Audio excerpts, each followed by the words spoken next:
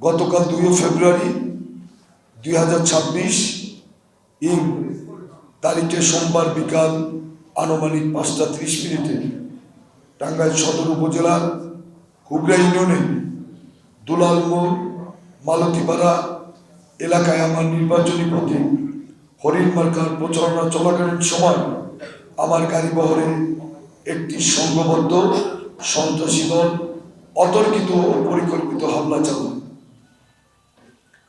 এই হামলাটি আমার প্রতিদ্বন্দ্বী ধানের শীষের প্রার্থী সুলতান সালাউদ্দিন টুকুয়ের কর্মী আসগর আলী ও কামরুল মোল্লার প্রত্যক্ষ নির্দেশনায় সংঘটিত হয়েছে। হামলায় নেতৃত্বদানকারী ও অংশগ্রহণকারীদের মধ্যে ছিলেন উজ্জ্বল, মজলুমিদা, আব্বাস মিদা, রেজাউল, শুভ, শাকিল, আবু তালেব, আসলাম, শাহাদত, মোহাম্মদ তাবিউল্লাহ, মোসলেম, মধু স্বর্ণকার, শাহাবুদ্দিন, মিন্টু মেম্বার সহ আরো আনুমানিক 30 থেকে 40 জন অজ্ঞাতনামা সন্ত্রাসী।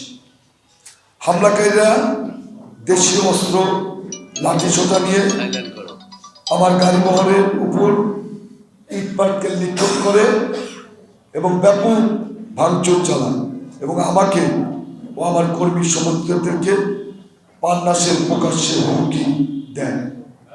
এই বর্বর হামলায় আমার সঙ্গে থাকা আরিফ হোসেন, বেল্লাল, আবদুল্লাহ, আবু তালেব, রাশেদ, ইব্রাহিম, মাসুদ, হানিফ ও মিজান গুরুতরভাবে আহত হন। ঘটনার পরে আমি প্রশাসনকে অভিহিত করলে দায়িত্বরত ম্যাজিস্ট্রেট, বিজিপি ও পুলিশ সদস্যরা ঘটনাস্থলে উপস্থিত হয়ে পরিস্থিতি নিয়ন্ত্রণে আনে।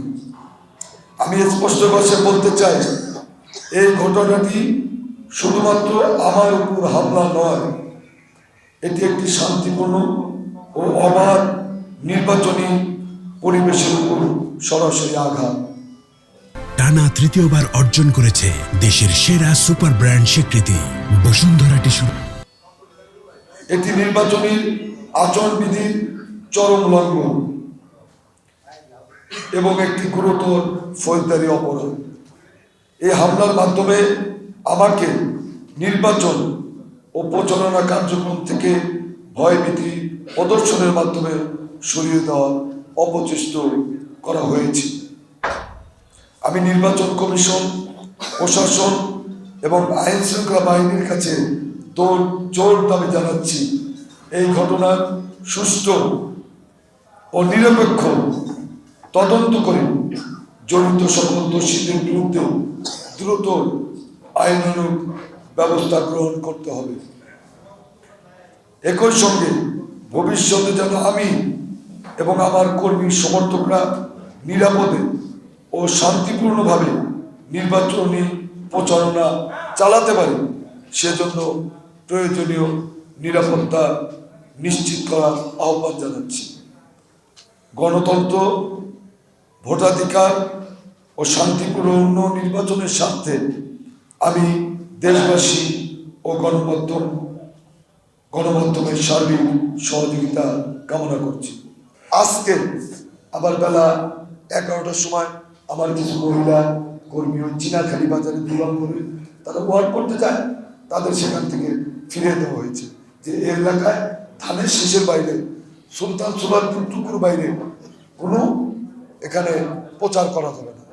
আর একটা জিনিস বলতে চাই, যেখানে ভোটের জন্য যাচ্ছি, ওয়ার্ক করছি, সবাই বলছে যে ভাই আমরা তো ভোট দেব, ভোটটা কি আপনি রক্ষা করতে পারবেন, ভোটটা কি নিতে পারবেন? এটার একটাই কারণ, প্রত্যেকটা বাড়ি ভোটারদেরকে থ্রেট প্রদান করা হচ্ছে, 3000 বাড়ি কিন্তু হুমকি দেওয়া হচ্ছে, অর্থাৎ এজেন্ট শূন্য করার একটা প্রক্রিয়া তারা চালু করছে এবং মানে তাদের নেতাকর্মী এমন ধরনের কথা বলছে যে ভোট যাই হোক পাস আমরাই করব। এতে কিন্তু ভোটারদের মাঝে একটা আতঙ্ক সৃষ্টি হচ্ছে। আমার প্রশ্ন হচ্ছে যে এতদিন পরেও 17 বছর আমরা ভোট দিতে পারি না, একটা গণঅভ্যুত্থানের মাধ্যমে একটা ভোটের পরিবেশ ফিরে এসেছে। কেন এখনো তো ভোটাররা সংখ্যায় থাকবে যে আমার ভোটটা আমি দিতে পারবো কিনা, আমি ভোটটা ধরে রাখতে পারবো কিনা। আর এখন যারা রিটার্নিং অফিসার সহ যারা প্রশাসনে আছেন তারা আইওএস করছেন। আমি অভিযোগ জমা দিচ্ছি, এখন তো 8টা অভিযোগ আমি জমা দিচ্ছি, তারা তদন্ত করে দেখে আসছে। কালকের ঘটনার প্রমাণ, বিজিবিও গেল, সবাই গেল, কিন্তু তাদের মধ্যে আতঙ্ক নেই, তাদের নামে কোনো অ্যাকশন হয় নাই। আজকে তারা যথারীতি বাধা প্রদান করছে। এখন আমি তো শঙ্কিত হচ্ছি, দিন যাচ্ছে শঙ্কিত হচ্ছি। ইতিমধ্যেই এখানে যে আর্মির যিনি লেফটেন্যান্ট কর্নেল, যিনি দায়িত্বে, উনি আমাদের সকল প্রার্থীকে নিয়ে বসেছিলেন। ওনাকে আমি কালকেও জিনিসটা অবগতি করেছি।